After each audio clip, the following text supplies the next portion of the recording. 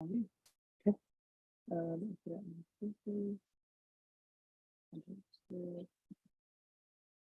And it's already recording to the cloud. Yeah. Okay.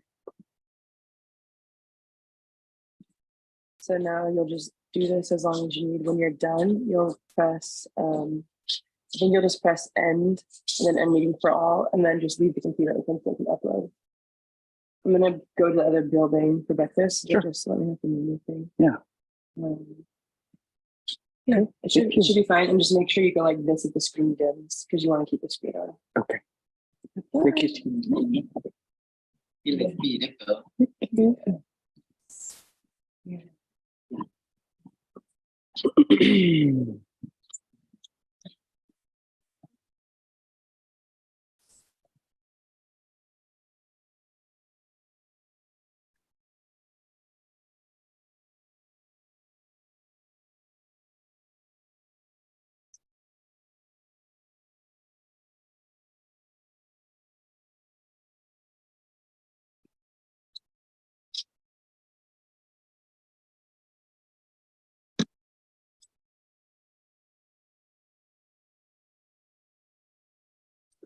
Good morning, B'nai. My name is Pat McCabe, and I'm from Taos, New Mexico. And it's my honor and privilege to be speaking with you today. I want to greet you in the way that our formal greeting is in our own language. So I'll say,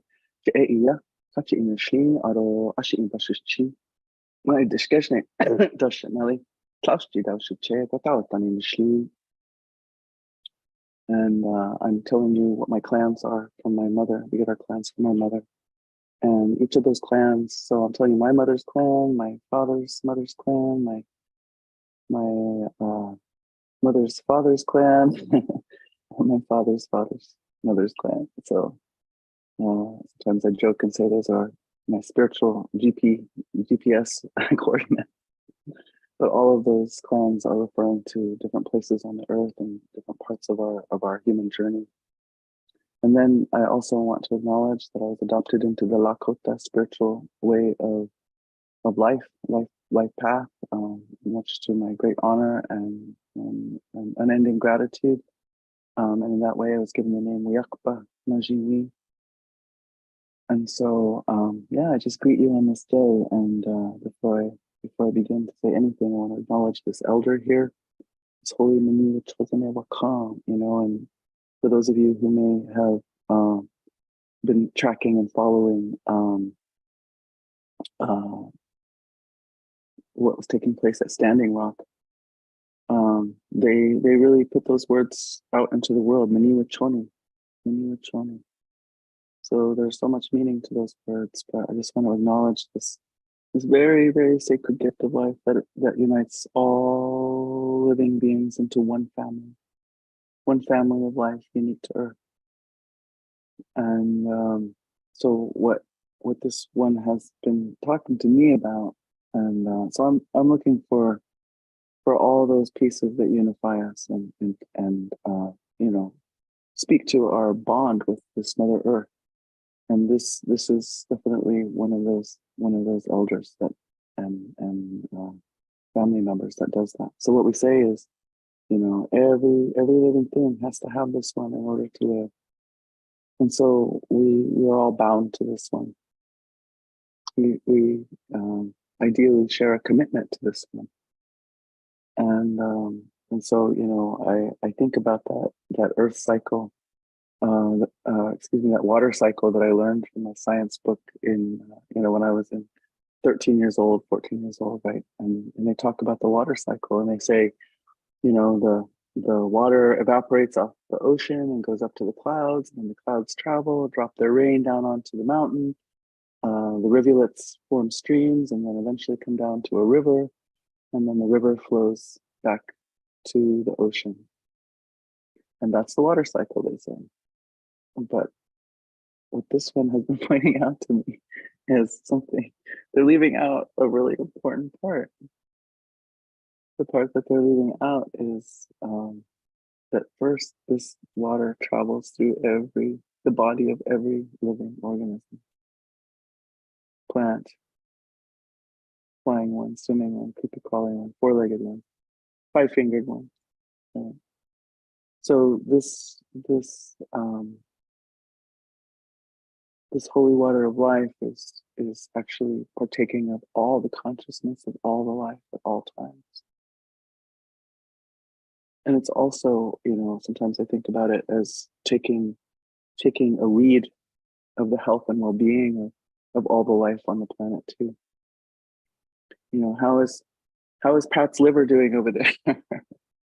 How is that dragonfly's eye doing over there? So this one is also kind of keeping track of the vitality and the life and the health and well-being of all of our relations on this Mother Earth. That's amazing for me to think of. And also all of that consciousness, all of that knowledge, all of that reporting about how it's going is also traveling from the ocean up to the clouds and being dispersed all through the mountains, down those rivulets, down those streams, and on the way, broadcasting all of that information to all of the life, for all of the life to have a capacity to respond to what's taking place. That's so powerful to me. And then I was also told by this one that this one also travels through time. Right? So this one, they say has always been here. Well, since the beginning of Earth, since the beginning of life on Earth, this one is here. They say it arrived from the stars.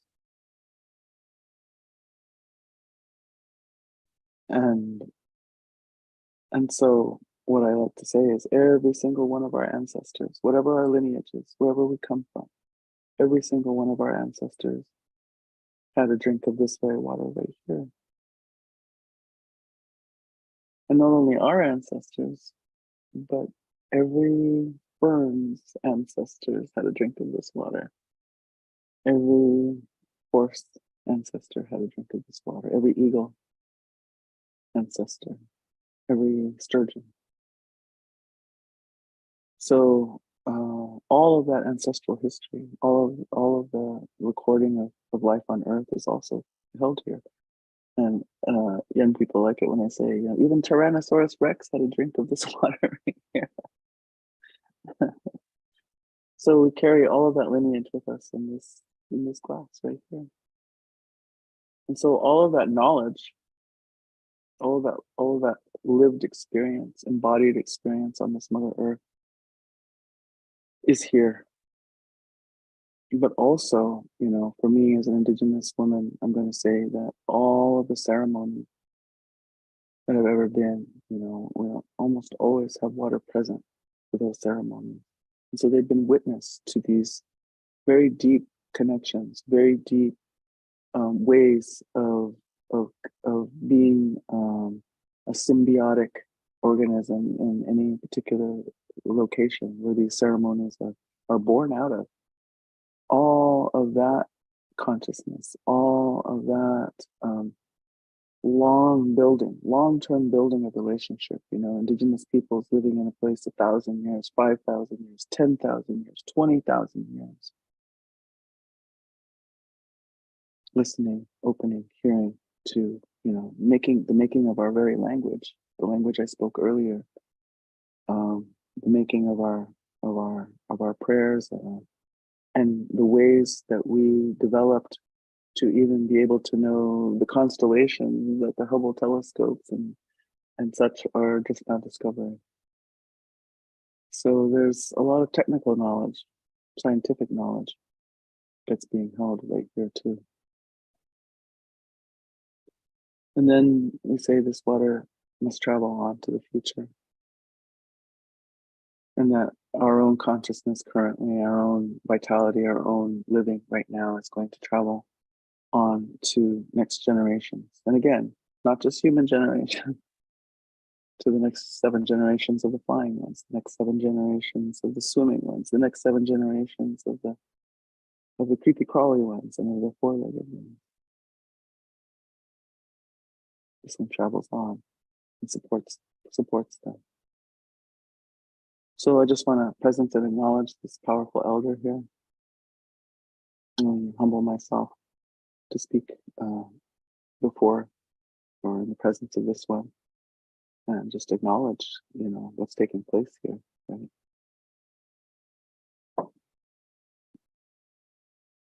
So, a new narrative. A new narrative is our theme. I took part in a gathering, a global gathering.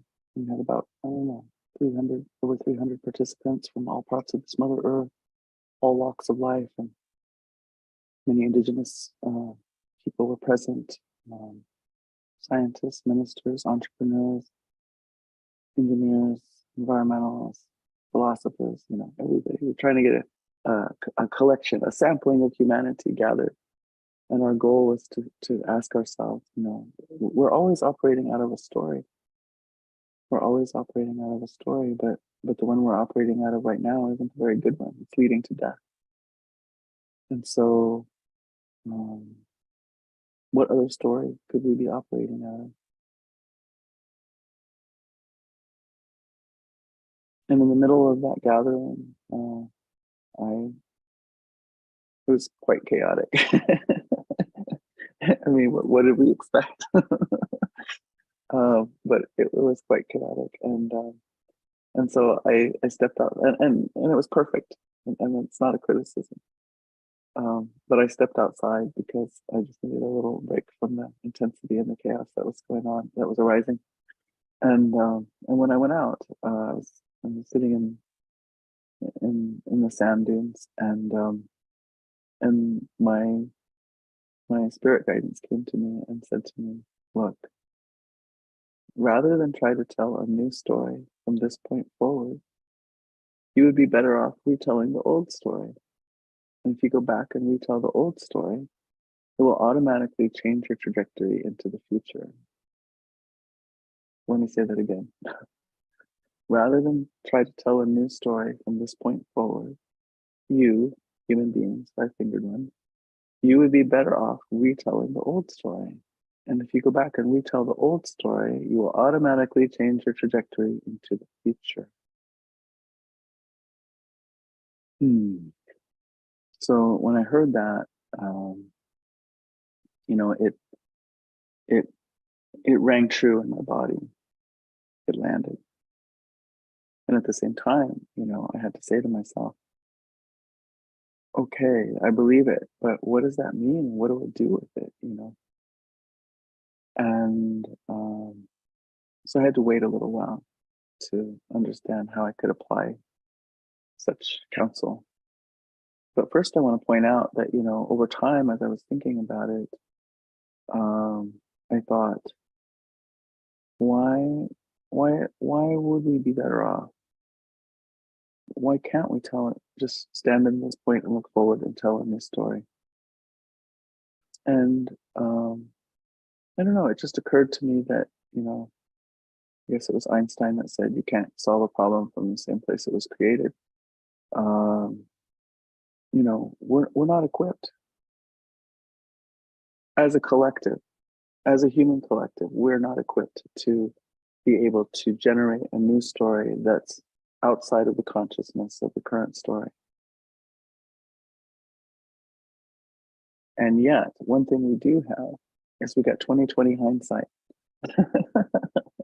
We got 20/20 hindsight. Man, if only we had done this instead of that. If only this hadn't been invented and gone so far. If only, So, we have great hindsight if we want to look back and see. And so, one of the things that was shown to me not long after I received that counsel was that there were points in human history that were named to me. I didn't identify them myself. They were named to me by my spirit helpers as archetypal woundings of humanity. And so I asked myself, what does that mean? Archetypal wounding. And what it began to mean to me is that uh, these were moments in our history where we had a fork in the road, and we chose a path. And because of that choice, it was like dominoes. After that, different things unfolded. And so there is a way to go back to those points in history and re-examine them, reframe them with our 2020 hindsight, reframe them with knowing some of the catastrophic results of having made that decision. So I don't think I'll go into the whole story of it. I have in other places, but one of the places of archetypal wounding that was pointed out to me was what took place during the so-called witch hunts in Europe. And I say so-called because it was more than about ferreting out people who were practicing dark arts. There were economic reasons. One of the economic reasons that's been pointed out to me was that there had been so many wars in Europe that many men had been killed, and that left widows holding land, and that was not setting well. So to be able to have some kind of mechanism to accuse these land holding women of something where they could be removed, served. So, for instance, there was that. But what that did to the psyche of the men and the psyche of the women has been playing out, and actually was pointed out to me as being very foundational to what we refer to at this point as colonization, because it began in Europe. So what are the mechanisms for retelling a story? I was asked to bring ceremony to Europe with other indigenous women to address all of that, and we did. But rather than tell that story, what I want to say is one of the principal things that I learned about healing in that was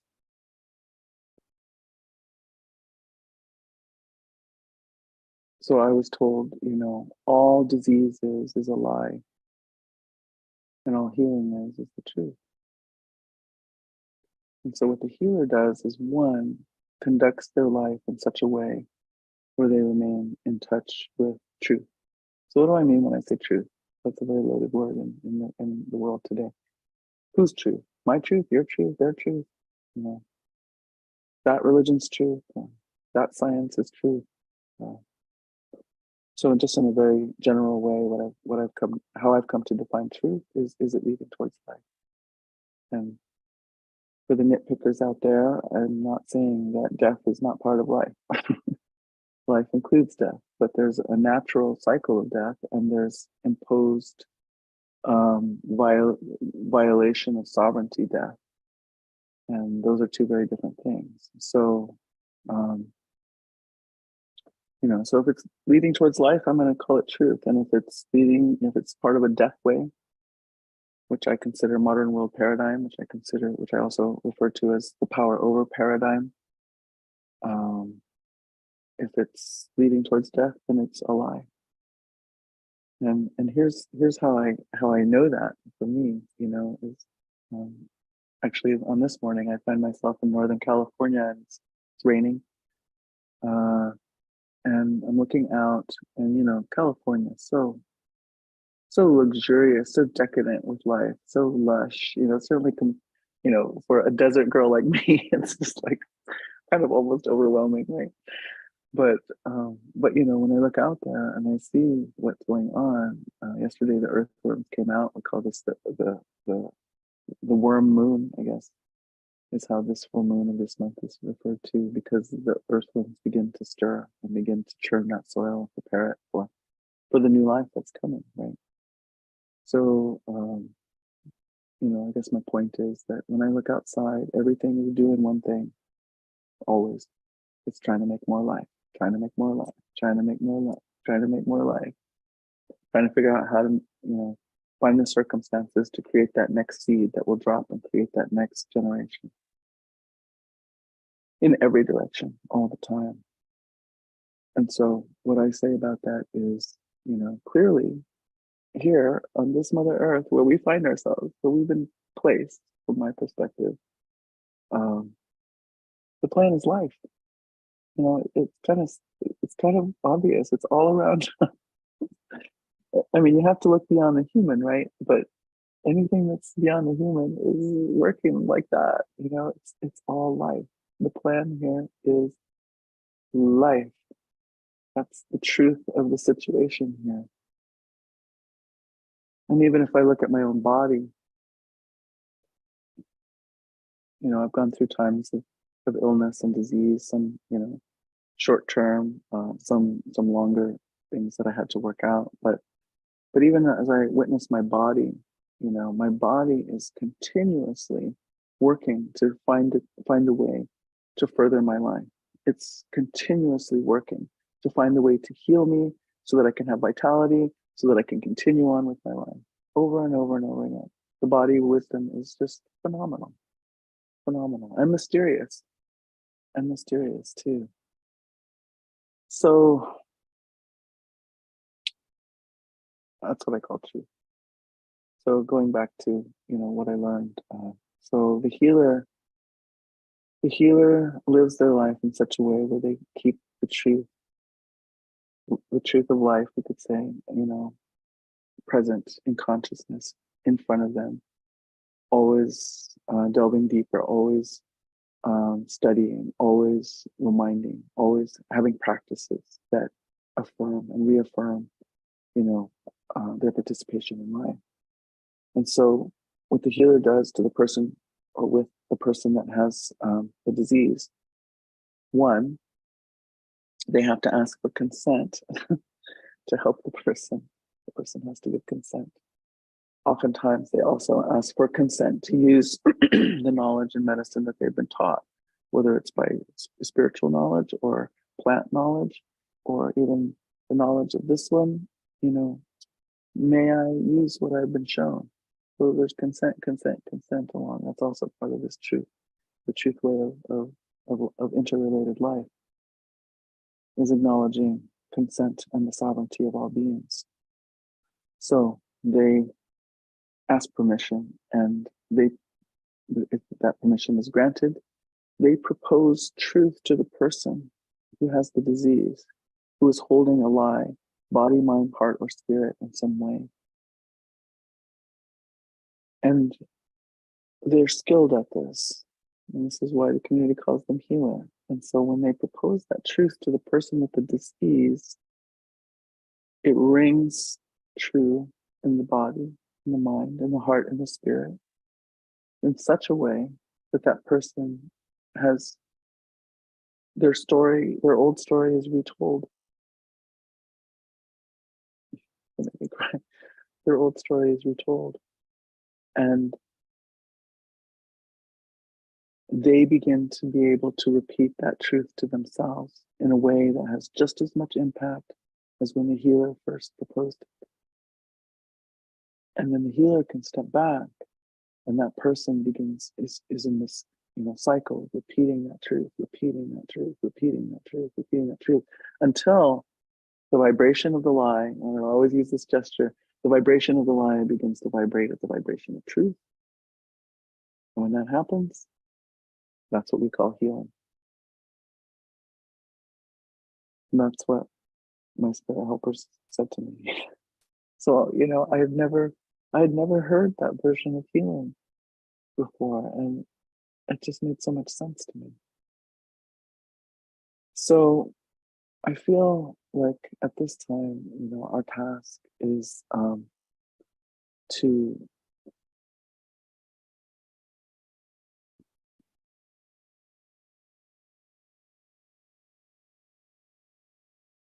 be looking for the places that have the knowledge of life, such that we can receive that insight, that knowledge as truth, as antidote to all of the many deceptions that we have generated ourselves, that we've been indoctrinated into, that well, again, that are moving in a death way rather than a life way.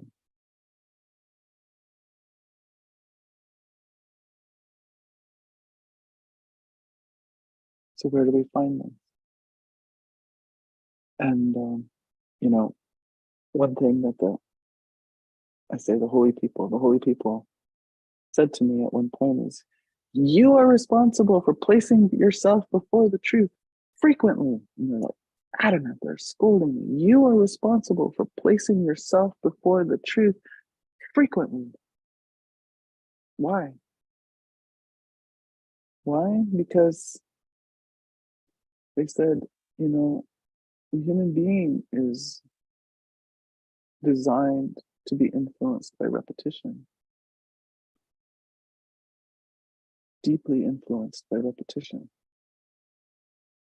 So in our ceremonies, we know this. It's part of the way.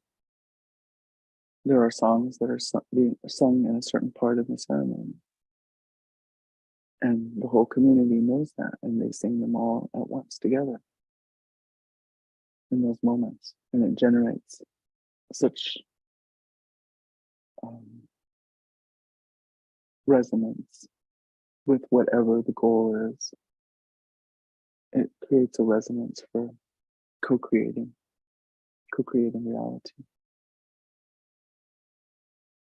So, I've been told over and over again, we were born for ceremony. We are made for ceremony. Our biology is made for ceremony.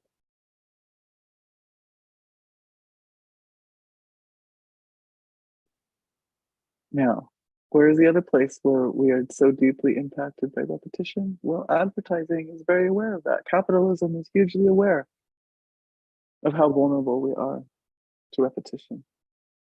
So we're being bombarded, whether we want to be or not,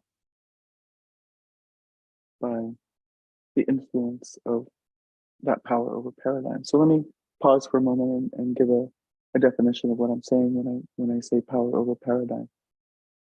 To me, it's just what it says. It says, you cannot have what you need, food, clothing, shelter, on the most basic level, unless you overpower another in order to get it.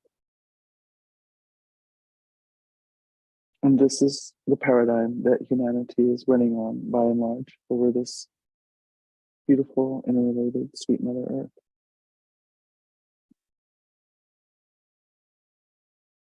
So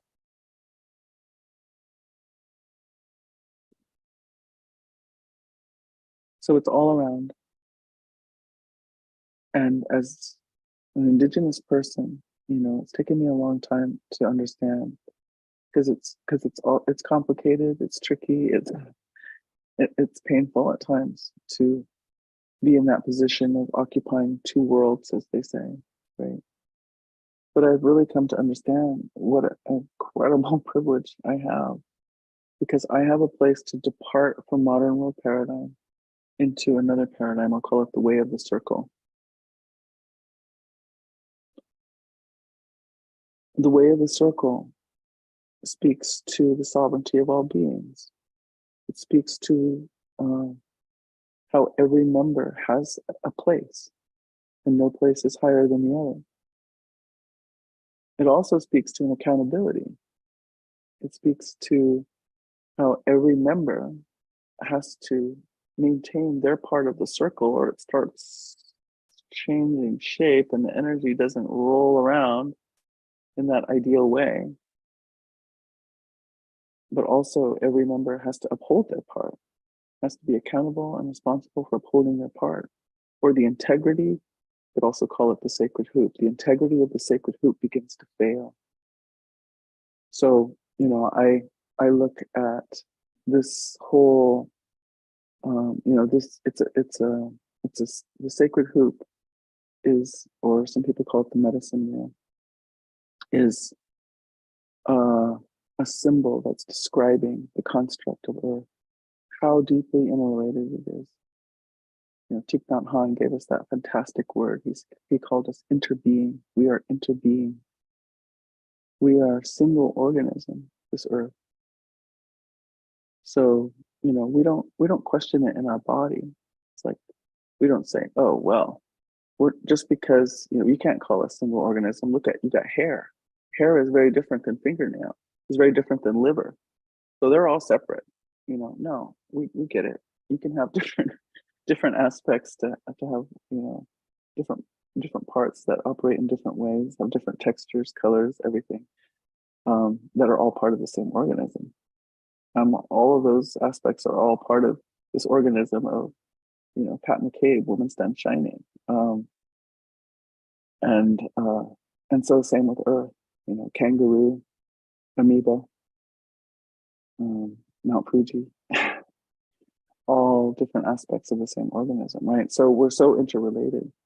And so this power over paradigm repels what makes an interbeing be able to thrive.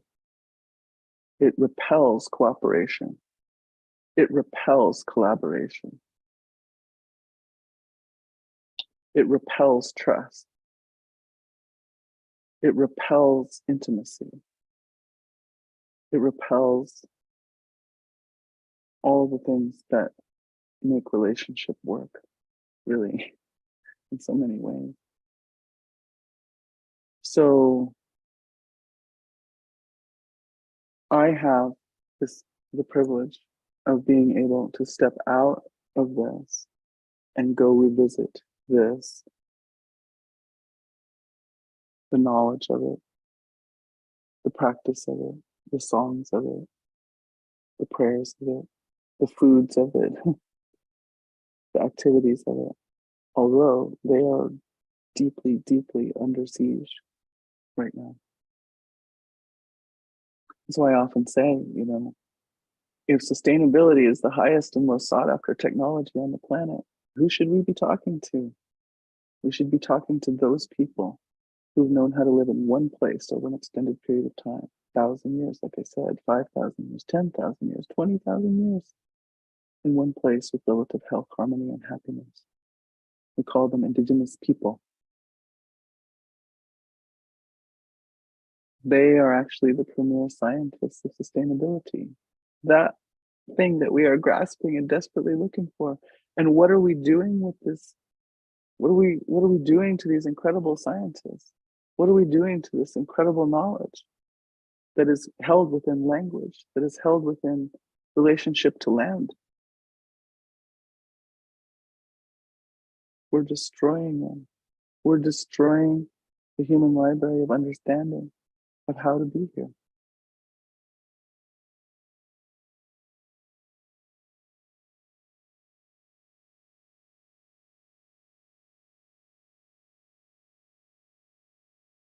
Makes no sense. So, placing myself before the truth frequently. How do I do that? How do I do that, especially when I don't have a ready-made place to move from here, to the way of the circle, to the science and understanding of what it means to be interbeing? Well, for me, I would say that we have to find a way to connect with this Mother Earth, to be with her, to slow down enough to hear her, to slow down enough to even notice what's happening. What are her cycles? What does this atmospheric river that's descending upon this place that I'm in right now, how does that change things? What has the history been? Who are those people? And they're not all people who look like me. They're farmers. There are, they've been paying attention, and some of them are multi-generational farmers in a place. What do they know about it?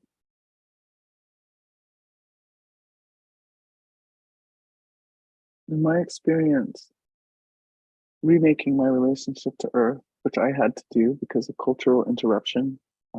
My family is part of the history of the attempted genocide.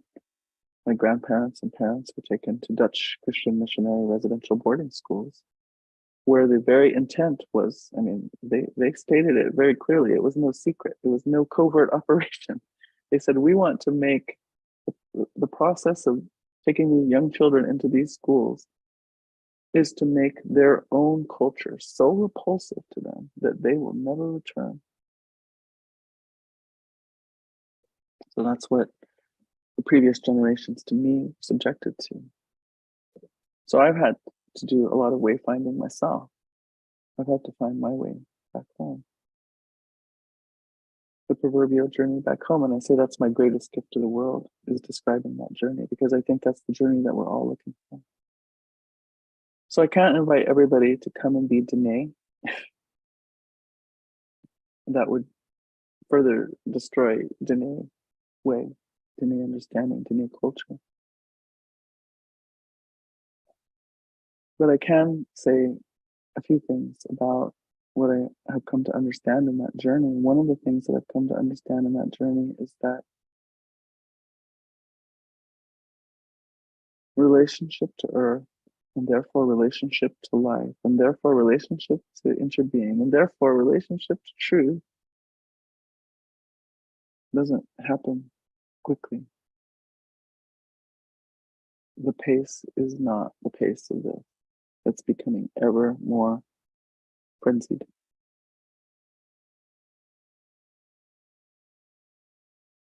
It requires finding a way to slow down. And in this, slowing down feels very, very radical. You have to, because the whole idea is you got to get the jump on the next guy, right? So to rest, to slow down, to reflect, to pause is not going to get you ahead of the next guy or gal. So it's a radical act, and it can feel like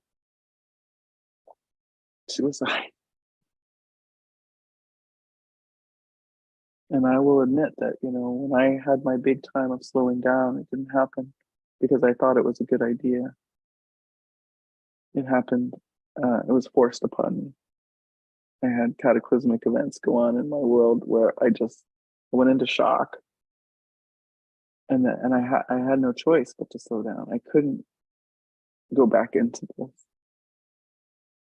But that's why I say that, is because through that time, meanwhile, I got a mortgage bill coming, I got other bills coming, I got kids, and I'm frozen. I'm immobile,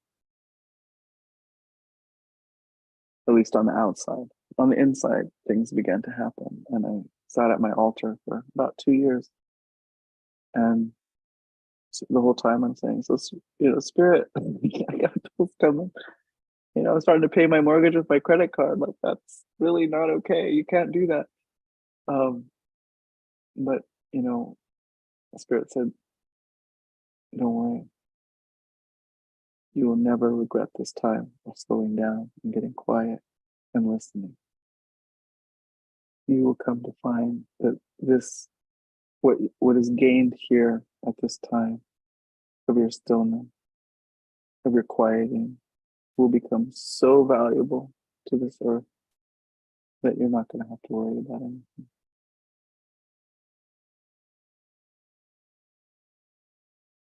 That was true. That's why I'm the one sitting here speaking right now, I guess. I even take that as a reflection of that success. So placing myself before the truth frequently, it's going to have to happen through slowing down. It's also going to have to happen, I think, by noticing that human beings are only one part of the circle. They're not the whole circle. They cannot be complete only amongst themselves and what comes out of their mind. So the people in the large urban centers, I have to ask, what does it mean to be surrounded continuously with only things that were created and conceived and came out of the human mind? All the buildings, all the asphalt, all the buses, all the cars, all the Starbucks, what does that do to a human being?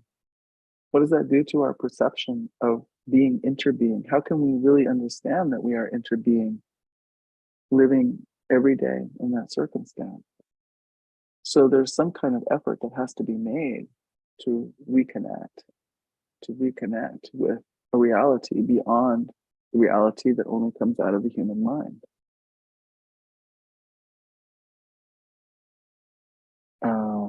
You know, so when I was looking at the sacred hoop and saying, okay, every single life form gets to have a seat here, including human beings, but not only human beings, right? We're like this part down here or something, we're like one little spot.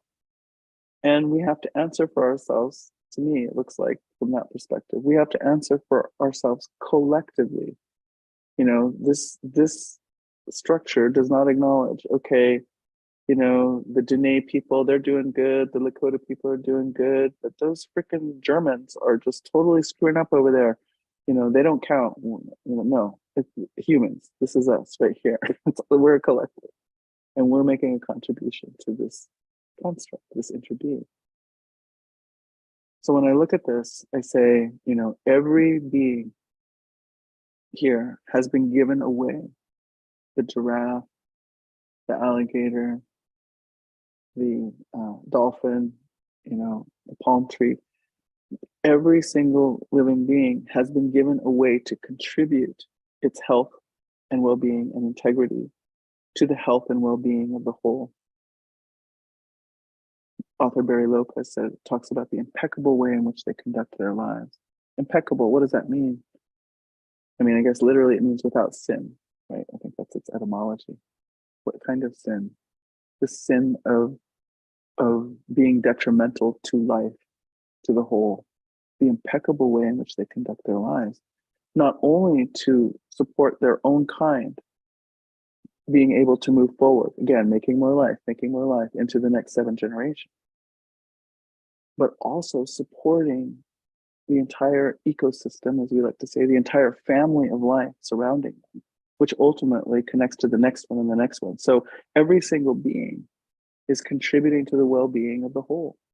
That's what I see when I look out here at the window, at this life.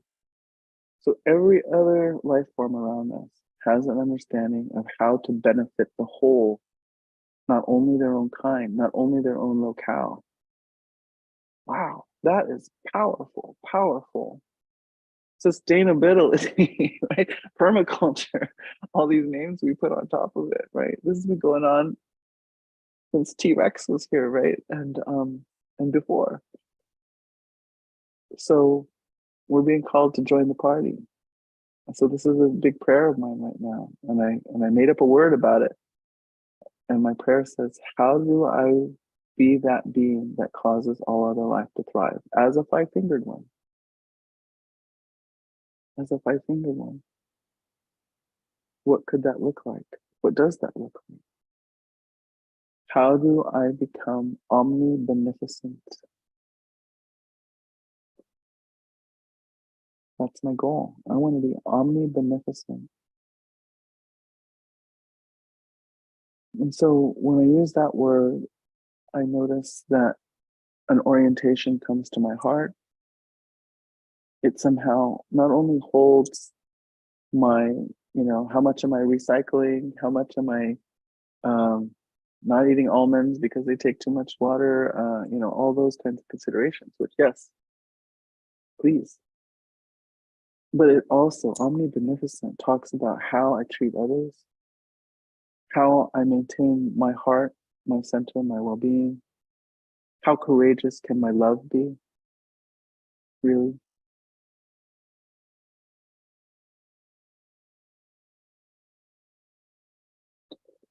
So, what I say is every being has been given a perfect design for thriving life, a thriving life way to contribute to the whole.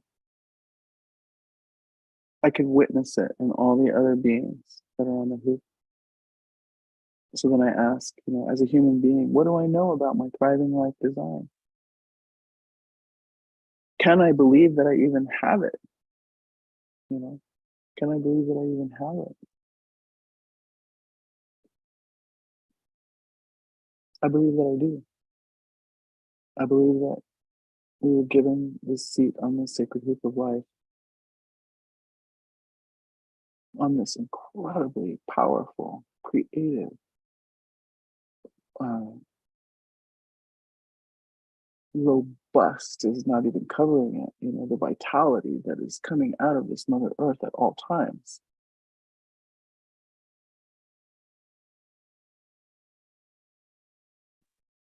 I've been given a seat upon her. I've been given a seat to contribute to this community of beauty. There's very few human beings that aren't moved at the sight of our relatives, at the sight of a whale breaching, at the sight of a platypus, at the sight of, a bear tending their young. We feel that integrity. We feel that truth. Can we accept that we are a part of it? So to move into just a slightly more scientific way of looking at it, my daughter, Lila June Johnston, that's Lyla. I really put her out there because she's making a pretty bold contribution right now. And she has a TED Talk out, and she just completed her PhD looking at traditional land management practices. Well, that sounds very dry, but here's what I want to point out about what she was explaining to me that is changing, my narrative. And it's a narrative that I now get to share a little bit. But she was talking about how when scientifically they drill core samples into the earth, and the deeper down you go, the farther back in time you go, there's like sedimentary layers of time and civilization and such, or life community. And so if you go back far enough, you might find a place, and they're looking at fossilized pollen samples to understand what kinds of flora and fauna were in the area. And there might just be, a few. And then we notice the arrival of the five-fingered ones to an area, and suddenly it begins to expand and grow. I mean, I'm going to say explode, except we're so wary of that, when we cause invasive species and things like that. But this isn't a healthy way. So we might not realize it, but all of the hardwood forests in the southeast and such were cultivated. So it gives us a new view, first of all, of agriculture. Agriculture isn't necessarily the domination. Agriculture you could perform in such a way that even thousands of years later, scientists haven't even noticed that this was going on until very recently. Wow, all this was actually cultivated by human beings. We didn't know that. So this cultivation and this, I say, cooperation and collaboration with land, with bioregion, was extensive. Thousands and thousands of acres at a time were cultivated, and our presence, my daughter's case is we have been a keystone species. Our presence caused places to thrive. Yes, human beings. Because I say right now, we have a very low self-esteem as a species. We are coming to believe that everywhere we go, everything we touch, we destroy. No, not so. Not so. I mean, so when we think about when the ships arrived on this continent that I'm sitting on here, what we call the Americas, Turtle Island, no matter where they landed, what did the reports say? Whether they landed in the South America, on the East Coast of North America, what did they always say? They couldn't believe their eyes, could they? The land was fruiting and flowering, flourishing, abundance, fertile. Game was plentiful. And so they called it an Eden. And this is a story that has to be retold. This is another example of retelling an old story. Because when they called it Eden, it implied that it had been undespoiled by human touch. And I have to think that the thinking at the time was, well, if this land had been touched by human beings, it would look like the place that we came from, Europe. But it doesn't. Therefore, it must be undespoiled by human touch. Well, obviously, that's well known to be completely mistaken. There were millions of human beings on the continent. Civilizations had risen and fallen here, and not just this continent. Africa, Australia, anywhere on the planet. There were human beings who were understanding a different way of being a presence here. So we don't have to wonder if it's possible. We don't have to imagine, gosh, could that ever be? It has already happened and we know it. But the narrative is twisted in our mind. So not only did we have methodologies for creating flourishing, living, agricultural practices, but we also had social technology. On this continent, there were thousands of languages that were unintelligible to each other, thousands of different cosmologies. And these peoples were cohabitating on the same continent. Was it perfect? Was there never war? No, I'm not saying that. But I am going to say whatever they were doing, however they were doing it, it was not destroying their home. It was not destroying what they relied on to live and what future generations relied on to live. Their social technologies were such that they could have enough right relations with each other. Cooperation, collaboration, respect, honoring of boundaries. That this place was rocking, right? This place was thriving. So are we incapable of peace? Are we incapable of diversity? Are we incapable of cooperation and collaboration with those who look and sound and think differently than us? No. We have evidence of this. It is well within the capacity of human beings.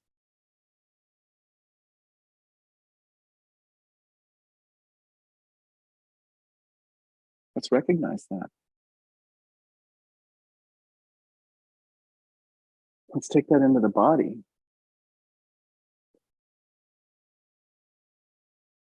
Let's let it rewire the neural pathways.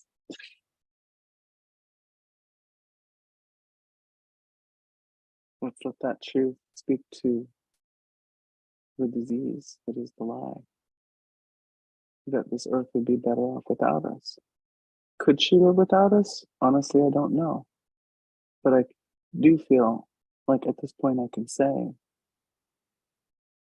she cannot be her fullest expression. She cannot fulfill her destiny. She has a destiny within this solar system.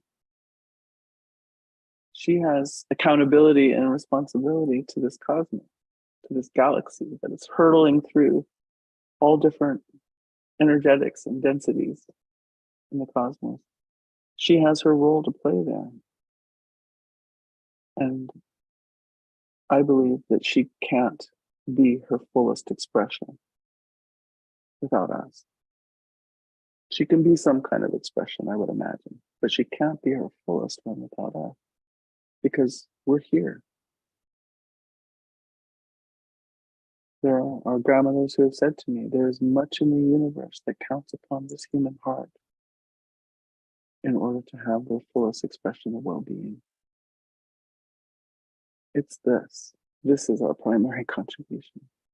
Our feeling, our heart, our love.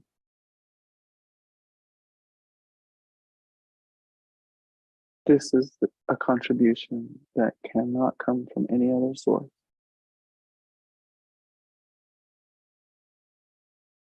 So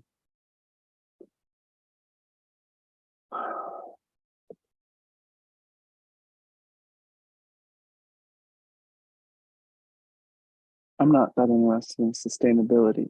I'm interested in having a mad love affair with this Mother Earth.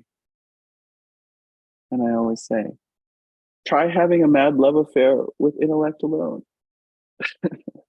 How far are you going to get? How satisfying is it going to be? That's what we're attempting to do right now.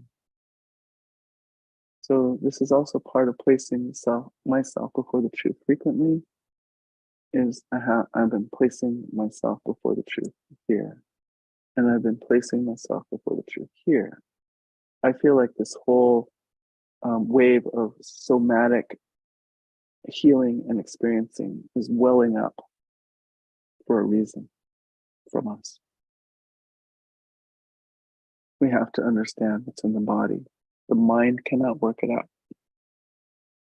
The mind cannot have the mad love affair with Earth. The mind cannot have the mad love affair with Holy Mani, the chosen name will come. But it helps the mind for me to explain it. But that's not the same as having a mad love affair.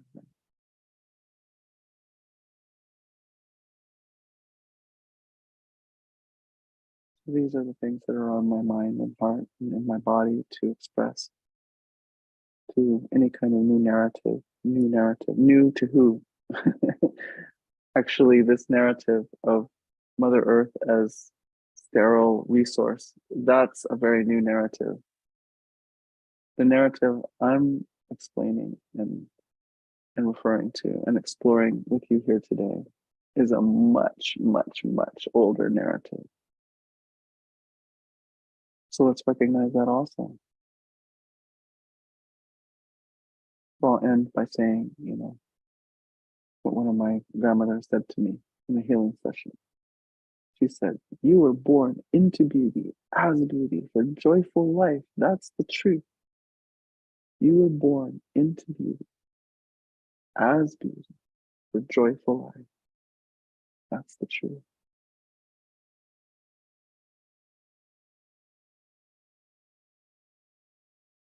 What about that narrative? Thank you for giving me this opportunity. Very grateful.